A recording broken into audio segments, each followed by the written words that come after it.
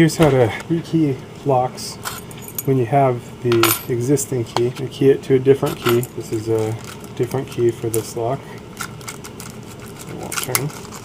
What you do is you're going to measure the key that you want to key your locks to. I'll show you how to do a handset and a deadbolt. This is for the deadbolt. You're going to insert your existing key, rotate it to the side, and then using a cylinder removal tool, you're going to push the keeper off. This little part here slides up and off like so, and then save the post. Then rotate it to the side, and you're going to use this tool, which is called a follower. You're going to use it to keep the top pins in the top portion of the lock. And you have to rotate it so that this lines up and keeps the pins in. So this is keeping the top pins and springs in the top portion. If you don't have a key, or you lost one of your top pins and didn't get this right, I've got another video that shows how to rekey a lock if you don't have the key, by rekeying it through the top portion here. Dump the pins, existing pins, in your storage tray and remove your key. Now take your new key, which we measured before, and you're going to insert the pins. You should be able to see as you insert the pins, they line up exactly on the top. If they don't, then your measurement was off and you may need to remeasure.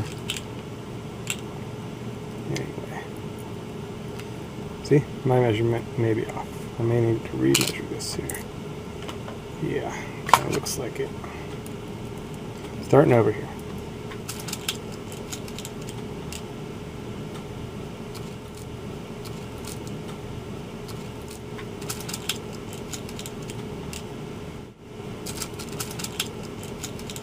Visually, just looking at the top, all the pins should line up just right along the top, so we look good there. And we're going to go ahead again, turning this sideways so it's not directly in line with the top pins. We're going to push the follower back out, and we're going to hold the key in. We can rotate it, make sure it gets full rotation while holding the parts together. We're going to go ahead and insert this portion back here, and go ahead and reinsert the keeper so it goes back into the grooves there, and we're all set there. One deadbolt rekeyed. Okay. Next, for the handle, this has a kind of a nice feature. You don't have to undo everything, you can just tighten it down once it's in line. Anyway, that's another story. So take your old key, you can put it in. You don't really have to put it in yet, but what you do need to do is take a cylinder removal tool and press this tab in here, and then remove the inner portion here, like so. Pressing the tab in allows you to remove this portion. Next, you're going to take a second cylinder removal tool, and if you don't have a second cylinder removal tool, you can take a key and insert it under here and use that as your release tab.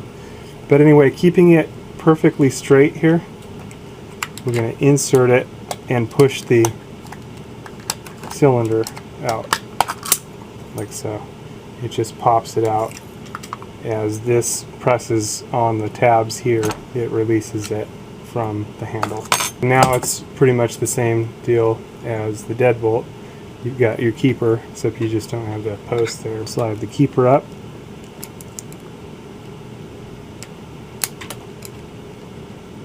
Using the cylinder removal tool.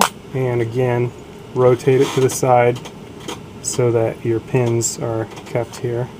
And use your follower and slip it in between here. And follow your key cylinder back out. And dump our pins, and we're ready to change our key to a new key.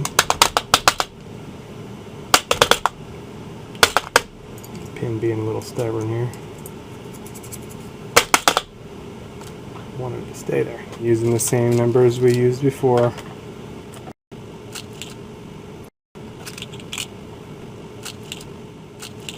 These are color-coded, which is kind of nice. They're not always color-coded. You can see it wasn't a 4. See how that's sitting up too high? so we're going to dump that 1 pin back out, and what we wanted was a 3. Anyway, just looking at the top so everything lines up gives you a good visual on whether it's going to work properly. So now we're going to push our follower back out, again being turned sideways from here, and push the follower back out, rotate it around, make sure everything's nice and smooth, and reinsert the keeper in the grooves there, like so.